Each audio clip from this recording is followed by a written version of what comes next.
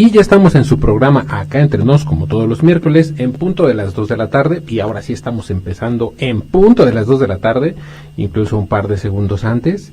Y pues bueno, como todos los miércoles, tenemos para ustedes, nuestro querido público, ya saben que las recomendaciones de prevención, puesto que pues nos encontramos para empezar en la temporada de lluvias.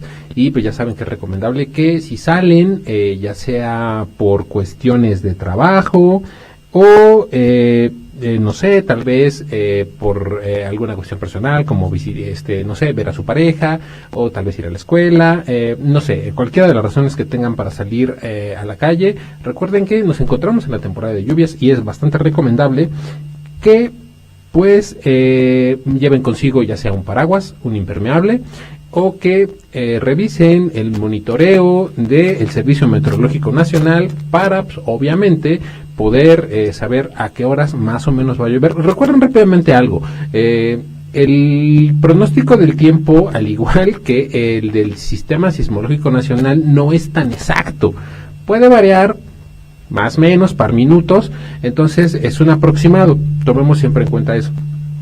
Y pues bueno, rápidamente hoy vamos a tener un par de temas que se me hacen bastante interesantes. Uno tiene que ver con las medidas de prevención que se tienen que tomar bueno, ya sabemos que el Mundial está a la vuelta de la esquina, empieza el día de mañana. Entonces, para los afortunados que pudieron comprar un boleto o van a poder estar en el estadio o van a poder estar presentes de forma, vamos a decirlo así, valga la redundancia, presencial, el día de mañana en la inauguración, pues hay un par de recomendaciones que les vamos a hacer.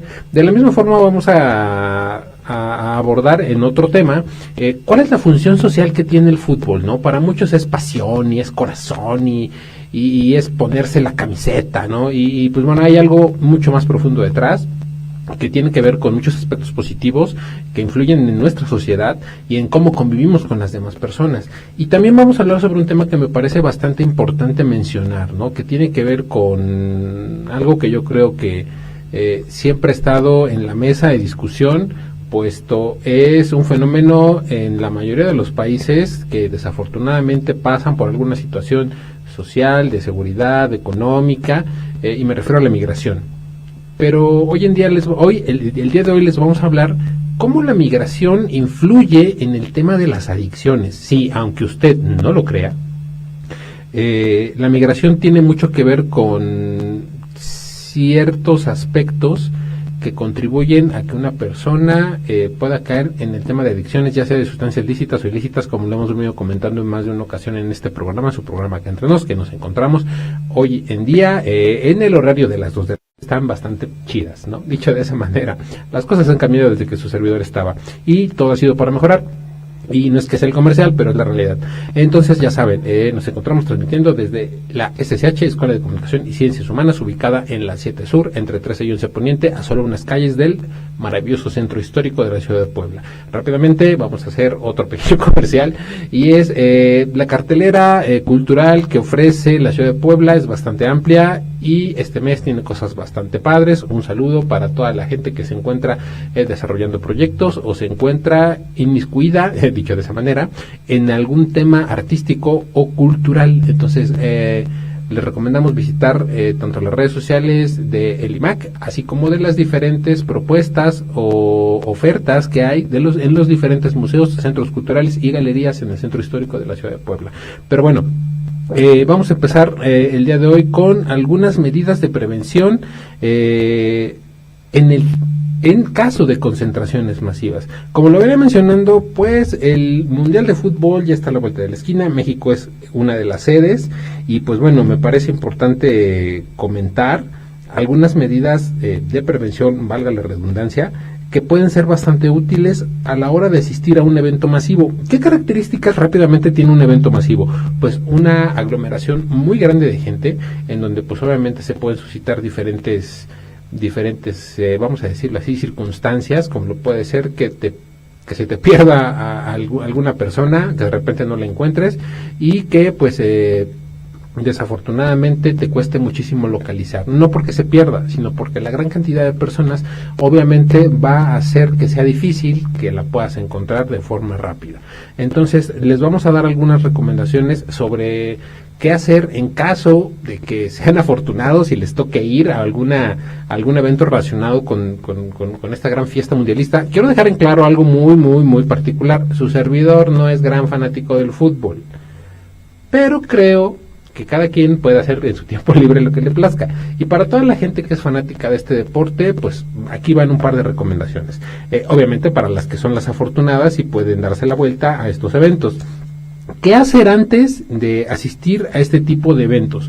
Ojo, rápidamente, las concentraciones masivas no solamente tienen que ver con el fútbol, dicho de esa manera, sino también pueden ser eventos religiosos, políticos, algunas veces culturales. Entonces, una de las recomendaciones que les podemos les podemos hacer en su programa acá entre nos es: recuerda que con tus acompañantes acordar un punto de encuentro, ¿no? Muchas ocasiones, yo creo que regularmente cuando vamos a un evento de este tipo, por ejemplo, su servidor le ha tocado ir a Villa Iluminada cuando en diciembre se lleva a cabo aquí en el municipio de Atlixco, y pues es algo bastante padre, ¿no? Desafortunadamente la gran cantidad de personas a veces hace que de repente, ¡ay, se me perdió mi compa!, ¿no? O la novia, ¿no? Para los que tienen.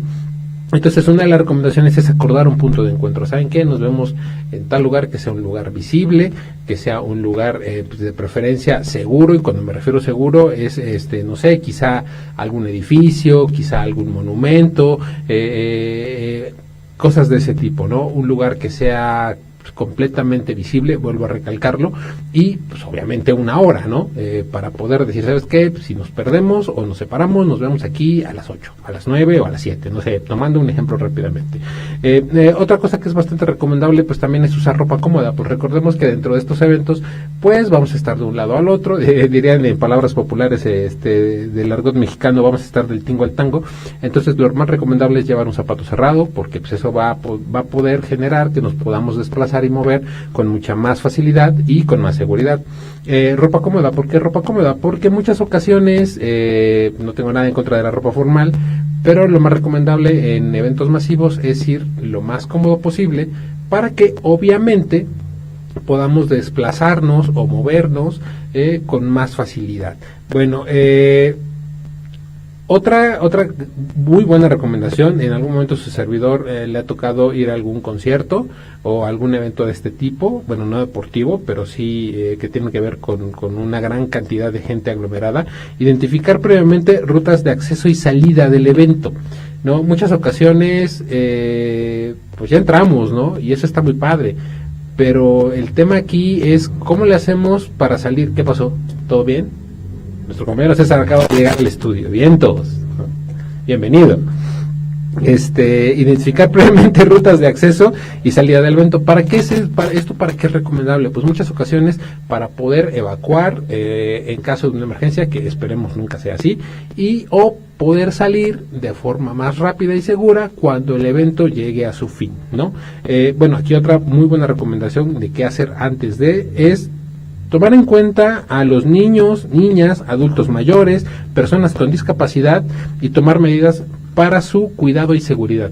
Pues muchas ocasiones en algún momento yo creo que los que son padres o son tíos, como su servidor, pues nos llegamos a llevar a los chamacos, ¿no? Por ahí, ¿no?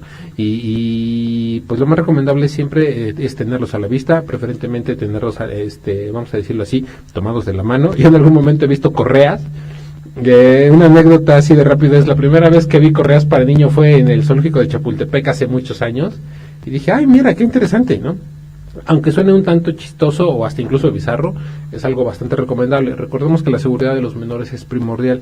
En el caso de los adultos mayores, debemos recordar que su movilidad ya no es la misma que la de un joven. Entonces lo más recomendable es tratar de que estos se desplacen conforme a la capacidad que tienen, o si usan cosas como silla de ruedas, muletas o bastón o andadera, tratar de moverlos por los lugares en donde haya menos congestión de gente para que estos puedan desplazarse de forma segura, ¿no? En el caso de mujeres embarazadas, yo creo que ahí hay un tema un tanto más delicado, pues estas no pueden estar en lugares en donde hay una gran aglomeración. Yo creo que ahí sí hay que tener un poco más de cuidado, pues es un tema bastante delicado, ¿no? Eso es antes, es pensar en todos estos factores antes de asistir a un evento en donde va a haber una gran concentración de gente. ¿Qué hacer durante, algunas recomendaciones de qué hacer durante el evento? Una de las recomendaciones principales es ubicar salidas de emergencia y rutas de evacuación, como lo comentaba hace algún momento. Pues esperemos que en ninguna ocasión nos toque llegar a vivir algún percance o alguna situación de emergencia, como una lluvia torrencial, fuertes vientos o algún sismo durante un evento de esta magnitud. Entonces, pues lo más adecuado o lo más recomendable es ubicar las salidas de emergencia o rutas de evacuación previamente, o estar al pendiente de dónde están ellas, para que durante el evento, en caso de una situación que esperemos nunca se dé, podamos saber por dónde evacuar. Evitar permanecer en zonas con mucha gente. Bueno, yo creo que esto es un tanto difícil, ¿no? Porque obviamente si vas a un concierto siempre vas a querer estar hasta el frente, ¿no? Siempre vas a querer estar viendo al artista. Entonces esta se me hace un poquito complicada, puesto pues siempre vas a querer estar viendo al ídolo que has tenido desde la niñez, para cuando te toca ir a un evento de ese tipo, ¿no? Mismo tema con el fútbol, ¿no? Yo creo que siempre una de las cosas que quiere un fanático es acercarse a su héroe, ¿no? Pero bueno, lo más recomendable es permanecer en zonas con muy poca gente, ¿no? En caso de algún percance, como lo vuelvo a repetir, al menos para su servidor, vamos a decirlo así, los eventos, como lo pueden ser partidos de fútbol, conciertos y temas religiosos, en algún momento pueden llegar a ser, vamos a decirlo de esta manera, pues interrumpidos por algún evento natural, ¿no? Como lo puede ser una lluvia, un sismo o fuertes vientos. Entonces siempre hay que conservar la calma ante este tipo de sucesos, otra que me parece también bastante buena es: no subas barandales o a lugares inestables o a bardas, puesto la gran cantidad de gente puede hacer que esto se debiliten, las estructuras pueden llegar a caer y esto puede generar, pues desafortunadamente, algunos percances. También no obstruyas accesos, pasillos o salidas de emergencia. Muchas ocasiones, vuelvo a insistir, el querer estar en un lugar privilegiado para poder ver a tu artista favorito nos llega a querer estar en lugares en donde, pues obviamente, estos lugares o estas salidas de emergencia están destinadas para el acceso o salida de ambulancias o de elementos de seguridad. Lo más recomendable es tratar de no obstruirlos, ¿no? Por ejemplo, y siempre, obviamente, esta es una muy importante: atiende siempre las indicaciones del personal de seguridad y de las autoridades. O sea, si te dicen, por favor, muévase, ¿no? Dicho de esa manera, porque muchas ocasiones la logística que hay detrás de un evento masivo o con una gran afluencia de personas conlleva, pues, una organización que es bastante compleja. Y su servidor hace algunos años le tocó estar en algún evento de este tipo con una gran cantidad de gente. Entonces, cuando no hay un orden, dicho de esa manera, pueden llegar a generarse percances que desafortunadamente pueden derivar en situaciones no tan agradables, ¿no? Pues bueno, ¿qué hacer después del evento? Cuando se termina, retirarte con orden y precaución es lo más recomendable, ¿no? O sea, si ya terminó el concierto, si ya terminó el partido y ya es hora de irse, pues ni modo. Aunque tengas que pagar 1 hora más de estacionamiento porque te vas a salir despacio, lo más recomendable es salir con calma. Salir del lugar de forma ordenada y tranquila. Volvemos a lo mismo, no porque ya terminó y nos queramos ir de forma rápida, tenemos que empezar a empujar a la gente o a empezar pues, tal vez en algún momento a generar agresiones verbales, porque nos desespera el hecho de que la gente no se mueve. Vamos a poner rápidamente un ejemplo. Si me quiero mover, pero delante de mí hay una persona que viene con un adulto mayor o viene con niños, hay que ser consciente de ello. Entonces, para toda la gente, y lo vuelvo a repetir, que tiene la fortuna de poder encontrarse en alguna sede mundialista, ya sea en el estado de Puebla o en algún otro estado de la República o incluso en otro país, porque si nos escuchan en otro país la recomendación también es para ustedes, recuerden que lo mejor es retirarse con orden y precaución. Salir del lugar de forma ordenada y tranquila siempre será una de las recomendaciones principales al finalizar el evento. Otra que tiene que ver con lo anterior: evitar empujar y generar aglomeraciones en salidas o accesos. Lo habíamos comentado al principio. Lo más recomendable es en caso de ir con un grupo de amigos, el acordar un punto de encuentro siempre será lo más recomendable. Ojo, pero esto no quiere decir que tenga que ser en una salida y que tengamos que obstruirla. Entonces, simple y sencillamente, recuerden que los puntos de reunión deben ser lugares visibles en donde no estorbemos, vamos a decirlo así, o causemos algún tipo de obstrucción, lo dije bien, vamos a decirlo así, en una salida de emergencia, pues todo esto puede significar que la gente no salga, vamos a decirlo así, de forma fluida, ¿no? También otra recomendación es, si observas situaciones de riesgo, repórtalas a las autoridades. Pues desafortunadamente hay ocasiones en las que algunas personas llegan a poder introducir algunas cosas que no son, vamos a decirlo así, del todo seguras. Entonces, si en algún momento se llegan a ver altercados o llegamos a ver situaciones de violencia, lo más recomendable es que lo reportemos a las autoridades competentes o a los servicios de seguridad que se encuentran dentro de estos lugares. Y pues ya para finalizar, en caso de alguna emergencia, lo más recomendable es llamar al 911 y no me salgan con que es que no llevaba celular, porque hoy en día todos tienen y por lo que yo sé la mayoría trata de traerlo siempre cargado.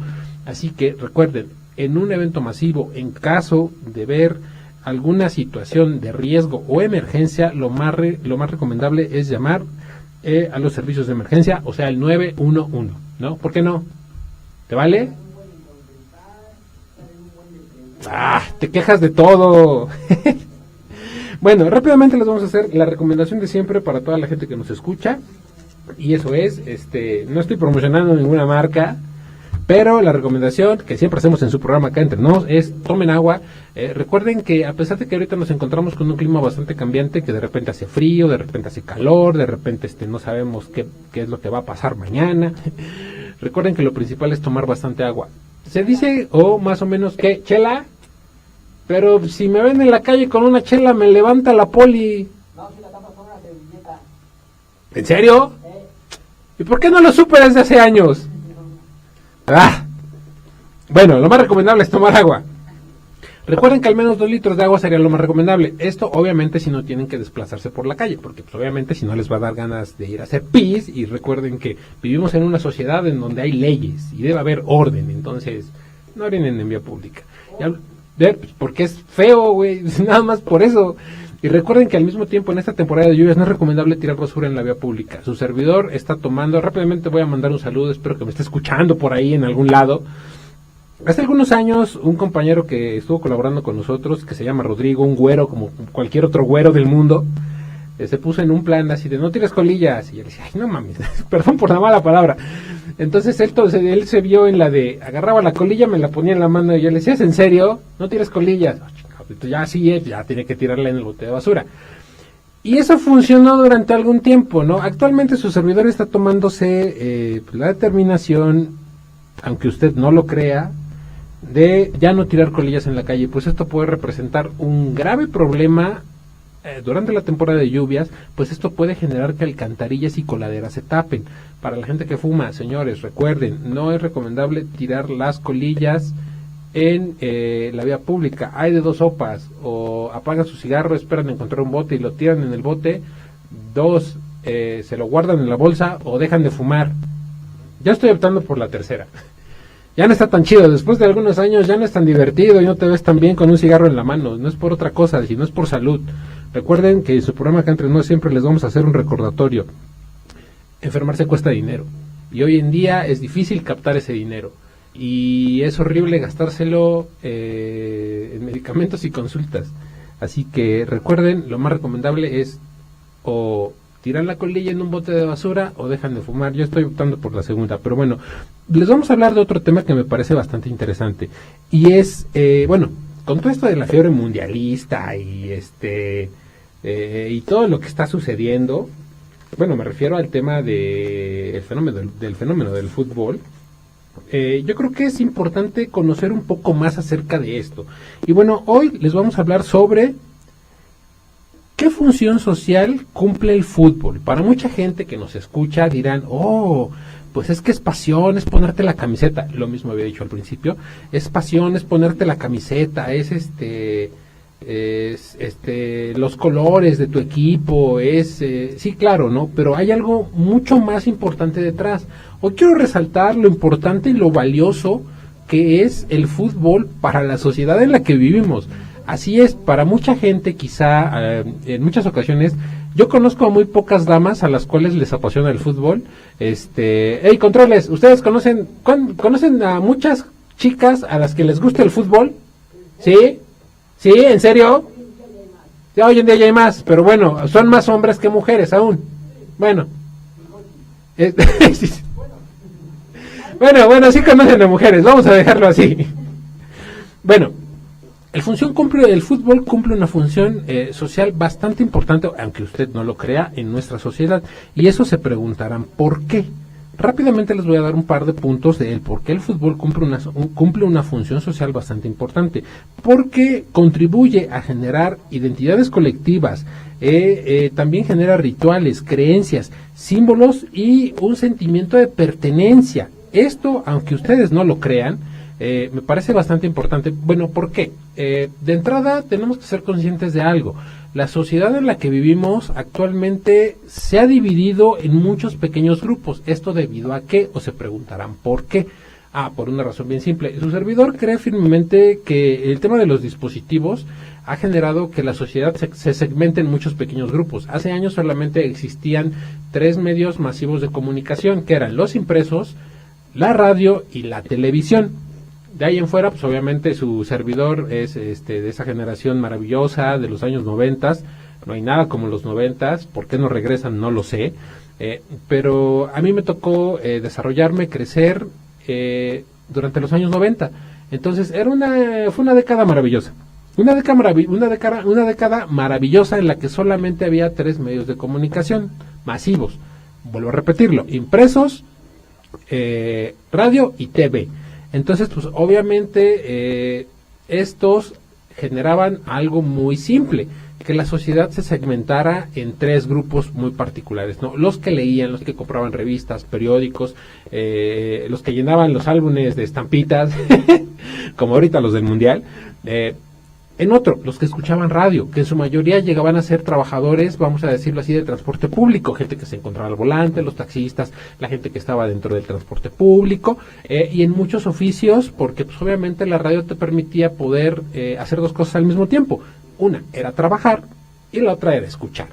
Y otro que es los que veían TV, y pues esto era muy padre porque pues ya regularmente la televisión ya era en su mayoría para la gente que llegaba a casa y pues obviamente ya se ponía a ver su programa favorito, ¿no? Que podía ser la novela, el noticiero.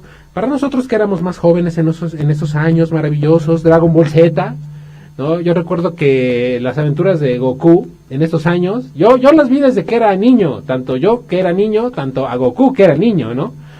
Entonces vi cómo fue evolucionando, vamos a decirlo así, las aventuras de este personaje. Pero bueno, a lo que voy es, antes la sociedad solamente tenía estas 3 opciones, ¿no? Para poder, vamos a decirlo así, entretenerse, informarse y hasta incluso recibir educación. Pero bueno, con el paso de los años, la sociedad se fue segmentando cada vez más y ahorita tenemos, vamos a decirlo así, muchos pequeños subgrupos dentro de nuestra sociedad. ¿Por qué? Porque de repente hay gente que se siente atraída por A, B, C, D, contenidos que pueden ir desde lo más inocente, dicho de esa manera, hasta lo más candente, ¿no? Porque ya hay de todo, ¿sí o no? No lo pueden negar, ya hay de todo en internet. Pero bueno, vamos a ir al medio del asunto. ¿Por qué el fútbol se puede asociar con una religión? ¿Se han puesto a pensar en eso? Yo leía un artículo bastante bueno que está generado por la UNAM. Lo pueden encontrar sin ningún problema si lo buscan en Google. Es una de las primeras respuestas que les va a arrojar el buscador ahorita con esta fiebre mundialista cuando ponen cuál es la función social del fútbol. ¿Por qué hago esta mención? Rápidamente hay que recordar que hay que saber utilizar un buscador. No es solamente buscar a lo güey, perdón por la expresión. Hay que saber de entrada la fuente y de salida, obviamente, tratar de cotejar con algunas otras para ver... ojo, también hay que ver el país, ¿no? de dónde se genera la información, porque no es lo mismo Chanac-Juana, ¿no? ¿A qué voy? O sea, no es lo mismo lo que sucede en México a lo que sucede en Europa. ¿Por qué? Por pequeñas discrepancias sociales, ¿no? Pero bueno, ¿cómo se puede asociar el fútbol con una religión? Aquí van un par de puntos que me parecen bastante interesantes. Construye significados para entender el mundo. ¿A qué voy con esto? Este punto se me hace bastante importante. Cuando les digo que el fútbol construye significados para poder entender el mundo, cuando tú te haces, vamos a decirlo así, aficionado a un equipo de fútbol, obviamente empiezas a entender o empiezas a ver el mundo, pues vamos a decirlo así, con el color de la camiseta del equipo con el que te estás afiliando, dicho de esa manera.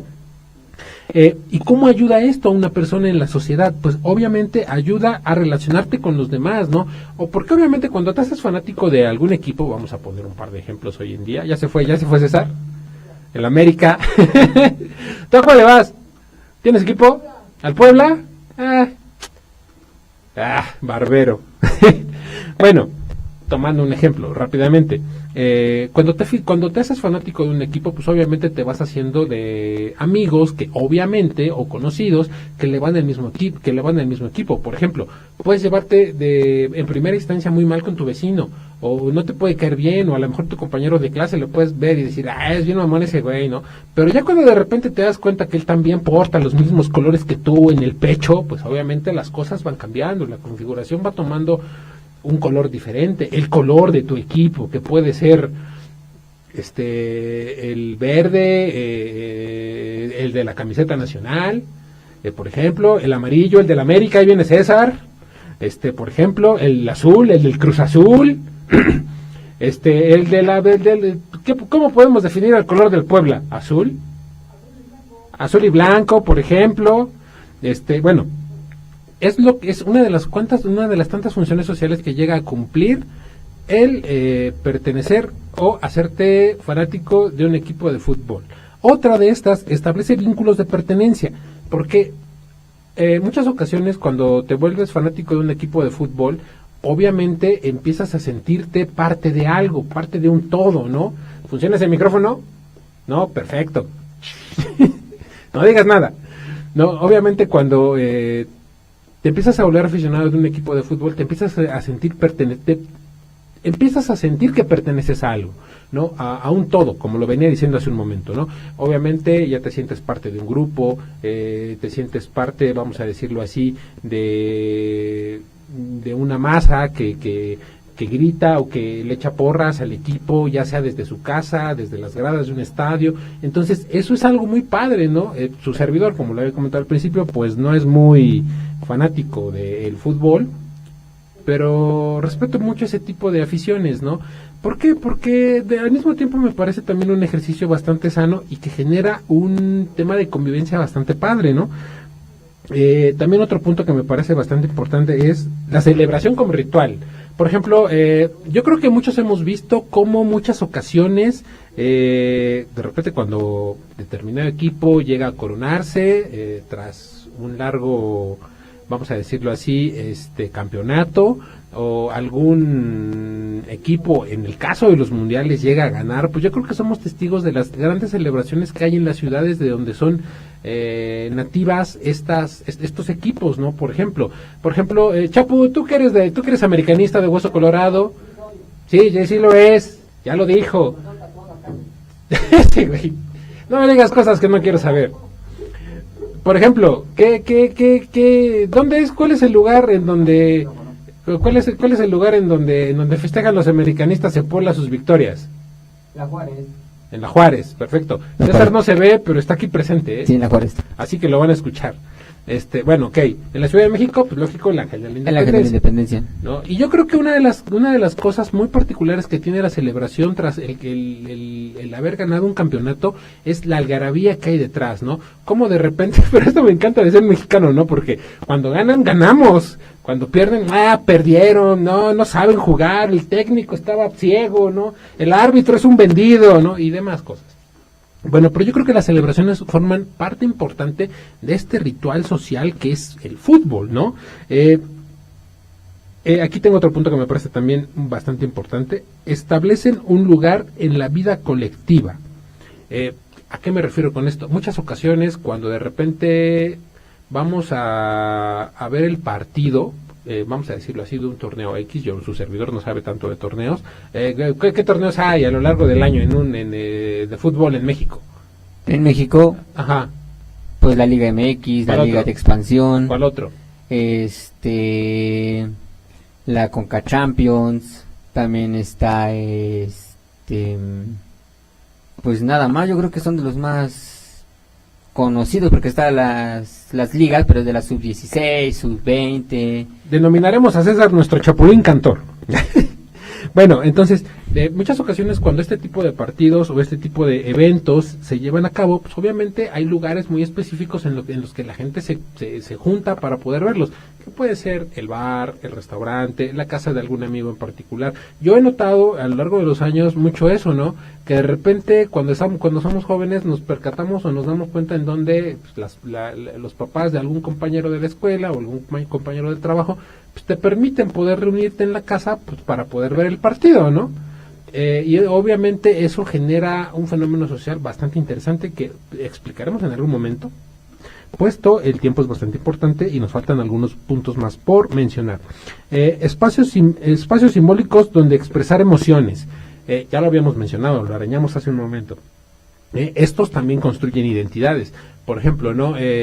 Rápidamente, si eres mexicano y el América ganó y estás en la Ciudad de México, pues el ángel del...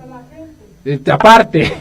No la saltas. No, a ver, cuando gana el América no saltas gente. Cuando pierde el América, cuídate. La opinión de el compañero de controles y de la conciencia, o sea, el grillo cantor de aquí al lado, el chapulín cantor de aquí al lado, no están de la mano con la de su servidor ni con las del programa Acá Entre Nos. Yo creo que los americanistas no son las mejores personas del mundo, pero no creo que todos asalten. Ojo, no todos, pero bueno, sigamos adelante. Tal vez, pero no me consta. Experiencias compartidas. ¿Qué pasa cuando formas parte de un equipo de fútbol? Pues obviamente vas compartiendo experiencias que pueden ser desde la derrota, humillante, triste y cruda, ¿no, César? Sí. Hasta la victoria dulce y refrescante, ¿no? Que te lleva a la gloria y te hace bailar con los dioses durante el tiempo que dure la celebración. Pero bueno, vamos a comentar algo que me parece algo bastante interesante que yo me encontré en este artículo, ojo, generado por la UNAM, que es una de las primeras respuestas que me encontré a través del buscador Google cuando yo tecleé o toucheé, dicho de esa manera, cuál era la función social que cumple el fútbol, ¿no? Y esto me parece bastante interesante. Una sociedad sin experiencias compartidas sería mecánica e incapaz de producir creatividad.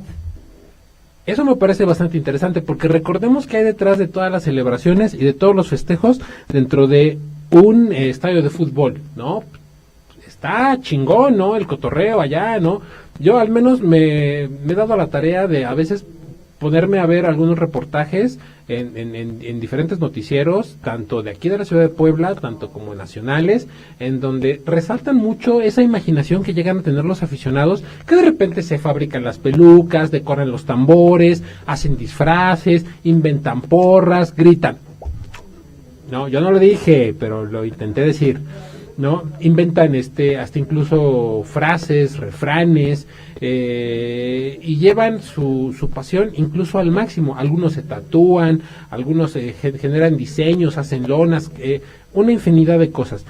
Este tipo de cosas, vamos a decirlo así, explotan la creatividad en las personas, y el poder canalizar tu euforia a través de una expresión que yo quiero denominar artística este día, me parece algo bastante positivo. Vamos a seguir con los puntos que tenemos aquí. El fútbol genera expectativas compartidas. ¿A qué me refiero con expectativas compartidas? Compromiso emocional. Se preguntarán, ¿qué es el compromiso emocional? Pues muchas ocasiones, cuando estamos con un equipo de fucho, dicho de esa manera, pues muchas ocasiones, pues nos hacemos a la idea de que nuestro equipo va a ganar, queremos que gane, le echamos porras, ya sea desde nuestra casa, desde un estadio, desde un botanero, desde un bar, desde un restaurante, desde la casa del amigo, y eso genera muchísimas ocasiones, vamos a decirlo así, un ánimo y una alegría que no puedo describir porque no soy fanático del fútbol, pero sí he visto a muchas personas con esa expectativa de mi equipo va a ganar, mi equipo va a ganar, mi equipo va a ganar, y yo me comprometo a que si mi equipo gana, le llevo flores a mi esposa, y yo me comprometo que si mi equipo gana, voy a llegar temprano a trabajar toda la semana, cosa que no es cierto, pero bueno. Es como cuando vas a Chalma, ¿no? Y dices, voy a entrar hincado, ¿no? Tomando un ejemplo muy vago, ¿no? Pero ahí es en donde el fútbol se puede vincular con la religión o puede llegar a asemejarse a la religión. También proporciona seguridad emocional. Esto, ojo, es bastante interesante. El pertenecer a un equipo o el pertenecer o ser aficionado a un equipo también te llega a brindar una cierta seguridad ante el mundo real, dicho de esa manera, porque te sientes acogido, porque te sientes, vamos a decirlo así, incluso querido por ese grupo y te sientes respaldado incluso por ¿cómo se llama? Vamos a decirlo así, por tus compas que le van al mismo equipo, ¿no? Te dota de un sentimiento de pertenencia. Identificación colectiva. Dentro de una colectividad es algo bien interesante, ¿no? Porque puedes estar en medio de un montón de gente, por ejemplo. Algo muy interesante, oye César, esto se da en los partidos cuando, por ejemplo, hay un partido de selección mexicana que toca aquí en Puebla, tú que has estado en los estadios. Sí.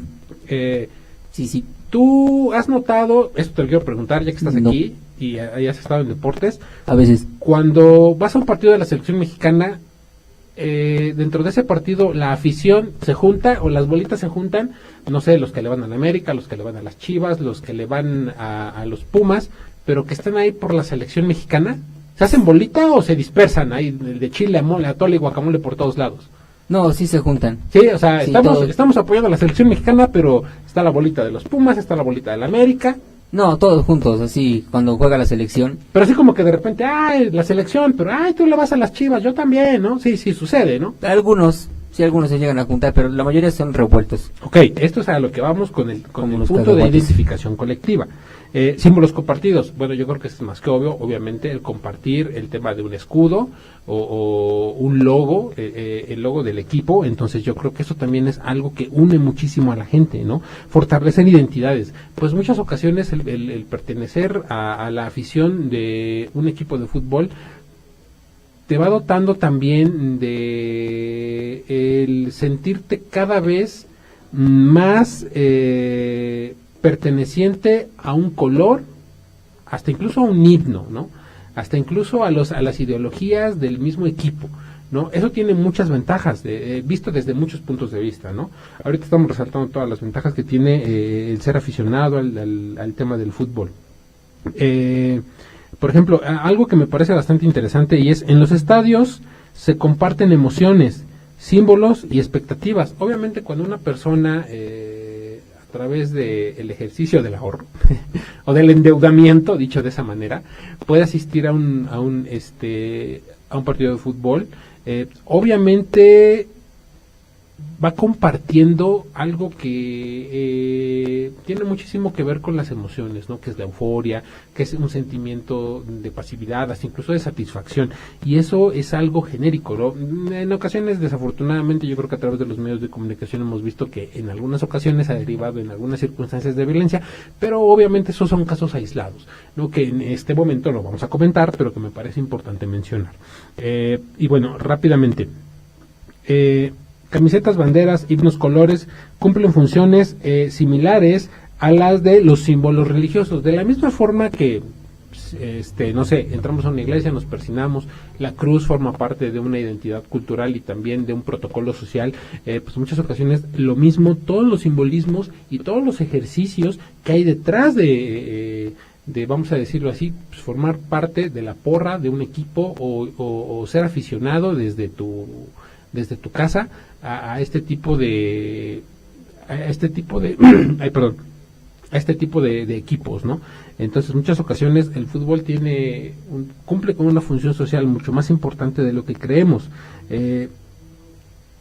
Esto yo creo que ya está un poco, este punto yo creo que ya lo mencionamos un poco, pero lo voy a repetir. Permite la identificación entre miembros. Ya saben que si de repente no podemos conocernos, nunca podremos habernos visto en nuestra vida, tal vez nunca nos volveremos a ver, pero si portamos la misma camiseta, pues de repente pues vamos a poder congeniar porque vamos a tener información en común, ya sea desde los últimos partidos ganados o perdidos, o en algún momento incluso datos curiosos del mismo equipo, o el simple y sencillo hecho de tener o comprar, encontrarnos en el puesto y comprar la misma camiseta, el mismo gorro, la misma bufanda. Entonces yo creo que eso forma parte de, ¿no? Pertenencia social, ya lo hemos mencionado, te vas a sentir parte de algo y ese algo te va a acunar y eso te va a dotar de, pues, vamos a decirlo así, un realce en tu autoestima, te vas a sentir importante, ¿no? Despierta emociones intensas, ojo, emociones intensas positivas como lo puede ser la esperanza. El hecho de estar pensando en mi equipo va a ganar, mi equipo va a ganar, mi equipo va a ganar, pues obviamente tiene muchos aspectos positivos, porque obviamente estás pensando en cosas positivas, ¿no? Y eso lo puedes transferir, lo puedes llevar a muchos otros departamentos de tu vida, ¿no? Cuando en algún momento, pues vamos a decir las cosas tal y como son, cuando de repente estás esperanzado porque apostaste los tacos o la chela, dicho de esa manera, o incluso, no sé, cualquier otra cosilla y tu equipo gana, eso te dota, vamos a decirlo así, pues te rellena la autoestima y eso es algo muy padre. Muchas ocasiones yo creo que pasamos por alto los grandes beneficios que puede llegar a tener, sentirte o ser aficionado a un equipo y pues obviamente darle seguimiento, ¿no? Otra que me parece bastante interesante o bastante importante, mantiene viva la ilusión y fortalece el vínculo. Pues obviamente yo creo que esto ya está un poco, ya lo hemos mencionado, lo acabamos de mencionar. Obviamente el hecho de decir, no, mi equipo va a ganar, mi equipo va a ganar, tiene muchísimos beneficios, y pues obviamente también no hay que olvidar que este es un fenómeno global, que esto se da en todo el mundo, lo cual me parece un punto bastante importante, porque tanto el fútbol puede tener presencia en México, en cualquier otro país de Latinoamérica, en Estados Unidos, en Europa, en Asia, incluso en Medio Oriente. Y yo creo que esto ayuda a que en algún momento, en eventos como lo puede ser el Mundial, podamos llevar o tener en algún momento perdón por la redundancia, podamos tener en algún momento este ejercicio de convivencia y que podamos olvidar un poco de las barreras geográficas que pueden ser las fronteras y poder llevarnos chingón, ¿no? Dicho de esa manera, ¿no? Pero bueno, vamos a pasar a nuestro siguiente tema que me parece muy también bastante interesante. Esto sí ya tiene que ver con un poco de lo que hemos estado abordando en las últimas semanas, que tiene que ver con la prevención de adicciones. Rápidamente, una vez más, la recomendación que les hacemos cada semana en su programa Que Entre Nos. Recuerden que tomar agua es lo más recomendable. Se predica con el ejemplo. Y bueno, hoy vamos a hablar un poco de cómo la migración tiene una relación bastante profunda con el tema de las adicciones. Rápidamente vamos a poner esto en contexto. Yo creo que para mucha gente que nos escucha, ya sea en vivo o en alguna repetición, si bien al menos el país en el que nos encontramos y el estado de la República Mexicana en el que nos encontramos, toda la vida ha vivido un constante fenómeno migratorio, ¿no? Que obviamente ha aumentado conforme han ido pasando los años. ¿Por qué? Pues obviamente la oferta, vamos a decirlo así, que tiene la Unión Americana en el tema de los estilos de vida, vamos a decirlo así, las cantidades en temas monetarios que se llegan a percibir pues son bastante atractivas, e incluso pues el conocer simple y sencillamente otra cultura puede llegar a ser bastante interesante. Pues bueno, yo creo que hoy vamos a hablarles un poco sobre cómo la migración tiene una relación profunda con el tema de las adicciones. Para muchos dirán, ay, ¿cómo puede ser posible? Ese hombre no sabe de lo que habla. ¿Cómo va a combinar leche con vinagre? No sé, se me ocurre ese ejemplo bastante absurdo. Pero bueno, hoy tenemos que tomar en cuenta algo rápidamente y yo creo que es algo bastante interesante, ¿no? El uso y consumo de algunas sustancias, ya sea lícitas o ilícitas, antes, durante y después de la estancia en una nación extranjera, como lo puede ser Estados Unidos, Canadá, en algunos casos, en algunos países de América del Sur, como lo puede ser Colombia, lo puede ser Argentina, que obviamente son como de los casos ya pues vamos a decirlo así, menos, porque casi siempre el objetivo es la Unión Americana, por el tema de lo que pesa su moneda. Pues bueno, siempre el patrón de consumo va evolucionando. Este punto es demasiado importante porque hay que dejar en claro algo. A mí me ha tocado de manera muy personal conocer a muchas personas que en algún momento han migrado a la Unión Americana por dos razones muy concretas. Uno, porque se quieren ir a dar la vuelta, dicho de esa manera, o porque tienen alguna necesidad, ya sea por familia o por proyectos, entonces los cuales migran hacia el estado, hacia el país vecino del norte para poder mejorar sus condiciones de vida. Entonces, muchas ocasiones, cuando aquí en México ya hay un patrón de consumo, quizá de alguna sustancia lícita o ilícita, el migrar a veces es un volado. ¿Por qué digo que a veces es un volado? Porque dentro de otro país, de entrada empiezan un par de factores que me parecen muy importantes resaltar. Hay que ser muy claros en este punto. Al llegar a otro país te vas a encontrar con cosas que son bastante diferentes. Uno es el idioma, dos es la cultura y tres son el tipo de sustancias que se consumen allá. Vuelvo a repetir, ya sea lícitas o ilícitas. Y también los protocolos de consumo. ¿A qué me refiero a protocolos de consumo? Tal vez la gente en ese país no consume alcohol de la misma forma social que en el tuyo. Tal vez las bebidas en ese país contienen un poco más de porcentaje de alcohol que en tu país. Por ejemplo, rápidamente voy a poner allí un ejemplo que me parece bastante chistoso. Hay un stand-up de Franco Escamilla en donde él habla sobre un viaje que él tiene a Europa.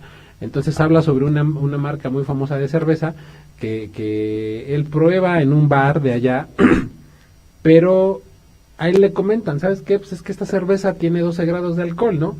Y él de manera muy muy cómica y muy a la mexicana dice, pues, eso no es nada, ¿no? En México la cerveza tiene 20 grados de alcohol, no es cierto. Pero hay que tomar en cuenta estos factores cuando estamos hablando sobre el tema de prevención de adicciones, porque muchas ocasiones el llegar de entrada a un lugar, a un país que no es el nuestro, y empezar a consumir lo que ahí se produce y la forma en que se consume, obviamente va a ingerir de forma inmediata o de forma principal en nuestra salud. ¿Por qué? Por ejemplo, un fenómeno que me parece importante mencionar y que tiene mucho que ver con lo que estoy hablando es, en su mayoría a mí me ha tocado ver cómo las personas que migran regularmente a Estados Unidos aumentan de peso. ¿Por qué? Tomemos en cuenta algo, la alimentación en México es como base la tortilla y pues obviamente está muy diversificada, ¿no? Pero en Estados Unidos obviamente está un poco más basada en harinas, ¿no? Un poco más basada en conservadores. Obviamente esto va generando cambios bastante puntuales, dicho de esa manera, en cómo nuestro cuerpo asimila estos alimentos que no son nuevos, pero sí se consumen no de forma tan cotidiana como se consumen o se consumía en México, o como la alimentación era en México. Entonces la alimentación me parece un punto bastante importante y como un ejemplo muy bueno de dónde partir en el tema de cómo la migración puede influir en el tema del consumo de diferentes sustancias, repito, lícitas o ilícitas, y cómo el saber esto nos puede ayudar a poder tener un panorama y darnos una idea de cómo generar herramientas para la prevención de adicciones. Ahora, ¿qué sustancias, qué factores son los que influyen o qué factores de riesgo son los que pueden tener mayor peso a la hora de empezar a analizar el por qué se consume o por qué el consumo se dispara al ser un migrante en una nación que de entrada pues, no es la tuya? Por ejemplo, la soledad como factor de riesgo, porque obviamente hay que tener en cuenta algo, cómo un individuo se desarrolla desde su niñez hasta su juventud o la vida adulta, sea cual sea la etapa en la que éste migra. Pues, obviamente en su mayoría de los casos la gente que migra a Estados Unidos, que sale de México, pues obviamente va con costumbres, cultura, que van muy ligados a la familia, en su mayoría al tema de la religión, al tema de el comportamiento, vamos a decirlo así, en sociedad, o lo que nosotros consideramos como bueno. ¿Qué pasa cuando llegas a un país que no es el tuyo? pues obviamente te encuentras con un abanico muy grande de opciones, ya sea desde el cotorreo, dicho de esa manera, o sea, las formas de echar desmadre, lo quiero manejar con esas palabras. ¿Por qué? Porque te encuentras ambientes muy distintos, ¿no? Te encuentras bares con otro tipo de ambientes, pues hasta incluso, ¿por qué no decirlo así, no? Hombres y mujeres con otro tipo de ideologías un tanto más abiertas, tanto en el tema de la sexualidad, tanto en el tema del consumo de diversas sustancias, que para ellos o para esa cultura puede ser un tanto más cotidiano a la hora de las celebraciones, dicho de esa manera, ¿no? Y que es completamente diferente a lo que en algún momento, o la forma en la que se echaba desmadre del lugar del que vienes, ¿no? Fíjense que es algo muy interesante. Rápidamente voy a hacer un paréntesis. Para toda la gente, o para los jóvenes que en algún momento nos llegasen a escuchar, que vienen de otros estados de la República al estado de Puebla, principalmente a la capital poblana, a estudiar, porque ya sea que en sus estados no se encuentra la licenciatura que ellos están buscando, o porque hay una mejor oferta educativa aquí en la ciudad de Puebla, obviamente también están atendidos a un fenómeno muy parecido al que yo estoy mencionando, a simple y sencillamente de enfrentarse, dicho de esa manera, a un contexto completamente diferente, a protocolos completamente diferentes, a protocolos sociales completamente diferentes, en donde obviamente van de la mano con un abanico de sustancias nuevas, ya sea lícitas o ilícitas, ¿no? Y yo creo que eso es un fenómeno que muchos, al menos su servidor, que soy originario del estado de Tlaxcala, me llegué a encontrar con ese tipo de cosas cuando llegué a la ciudad de Puebla, y con el paso de los años eso me ha servido también para poder hacer o formar parte de este análisis, un tanto también de la experiencia vivida. Otro de los puntos que me parece importante, en donde el tema de las adicciones puede ser más fuerte en personas que obviamente han llevado a cabo una migración de una nación a otra, pues es la dificultad del acceso a tratamientos. ¿Y esto por qué se da? Pues de entrada yo creo que sabemos, y a través de los noticieros podemos darnos cuenta de lo más evidente. Número uno es el idioma, ¿no? No todos llegan sabiendo hablar inglés, o yo creo que casi nadie llega a Estados Unidos sabiendo hablar inglés. Conforme va pasando el tiempo es que van aprendiendo un par de palabras y van aprendiendo a dialogar, no por gusto, sino por necesidad. Ahora, el acceso a tratamientos para poder mitigar o combatir las adicciones en un país que no es el tuyo va a ir siempre ligado a tu situación migratoria y a tu situación legal, ¿no? ¿A qué voy con esto? Pues yo creo que en muchas ocasiones hemos visto a través de los diferentes noticieros, ya sea a través de los dispositivos o en televisión abierta, cómo pues desafortunadamente simple y sencillamente los mexicanos que se encuentran en Estados Unidos actualmente se encuentran pues, asediados por el tema de las deportaciones, y esto genera muchísimos factores de riesgo que voy a mencionar en un momento más, entre los cuales tiene que ver el estrés y pues vamos a decirlo así, algunos traumas, pero bueno, antes de llegar a esa parte, vamos a seguir vamos a mencionar otros factores de riesgos. Problemas o riesgos por no conocer el idioma y dificultad en la comunicación. Simple y sencillamente, ¿cómo vas a pedir ayuda si no sabes el idioma? ¿No? Y para empezar, las adicciones, hay que ser claros en este punto. No se tratan igual en México que en Estados Unidos.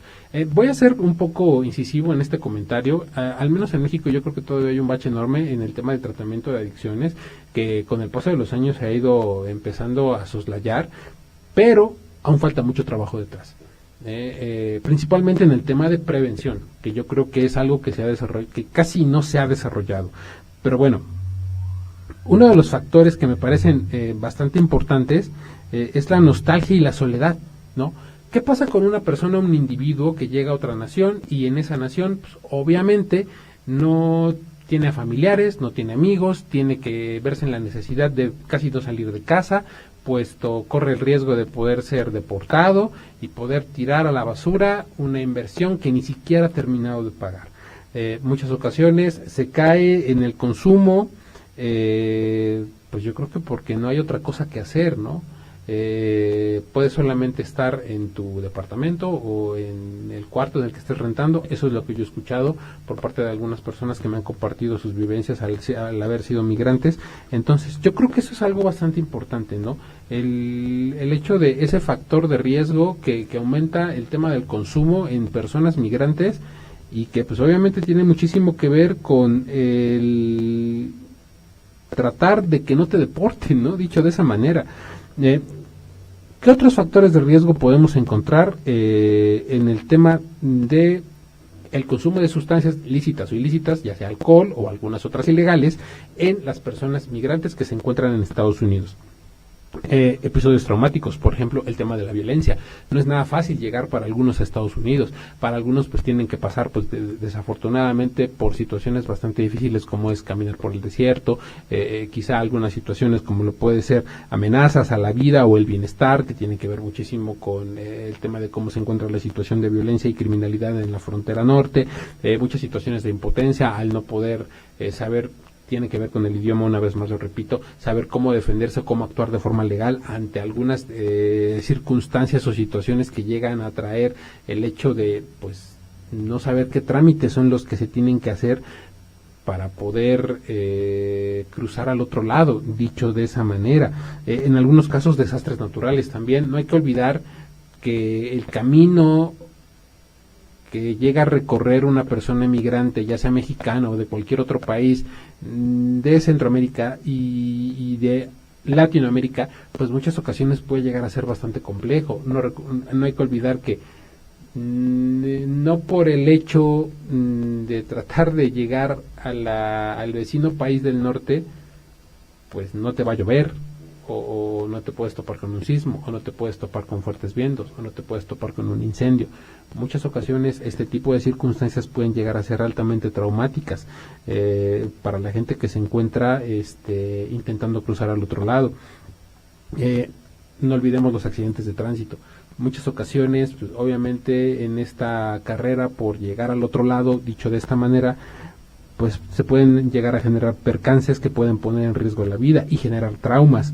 Violencia armada, yo creo que ya está de más mencionarlo, ¿no? Sabemos la situación por la que está pasando la zona norte del país, muertes inesperadas, cuando desafortunadamente en el camino, pues, dicho de esta manera, no llegan todos completos, ¿no?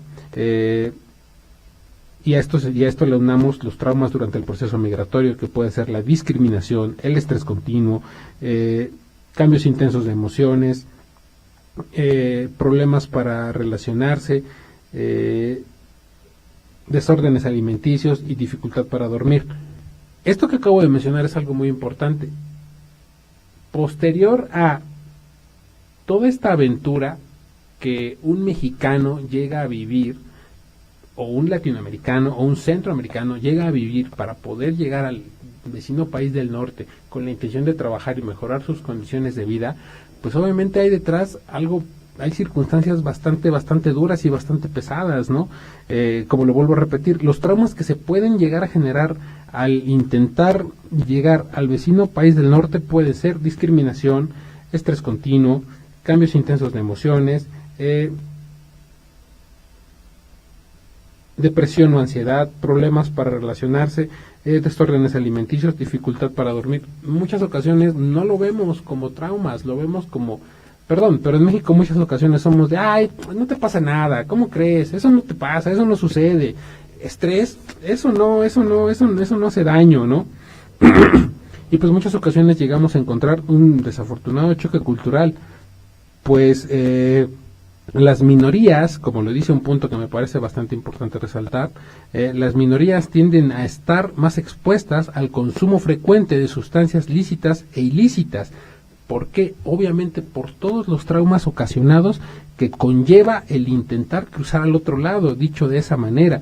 Pues bueno, el tiempo se nos fue como agua el día de hoy. El programa de este tema de cómo la migración tiene mucho que ver con el tema de las adicciones, me parece bastante extenso. En el próximo programa vamos a hablar un poco más de ello, pero rápidamente antes de terminar me gustaría poner sobre la mesa un punto que me parece bastante importante.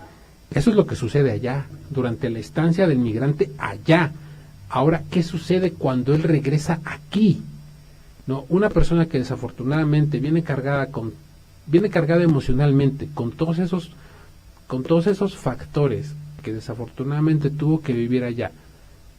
Al regresar a su lugar de origen y pues obviamente llevar una vida completamente diferente a la que llevaba en el lugar del que ha regresado posterior a pues, varios años, pues obviamente encuentra un choque cultural bastante drástico, en donde muchas ocasiones pues el consumo y la búsqueda de sustancias que consumía en ese país, ahorita estamos hablando y poniendo el ejemplo de Estados Unidos, pues muchas ocasiones llega a repercutir en su entorno.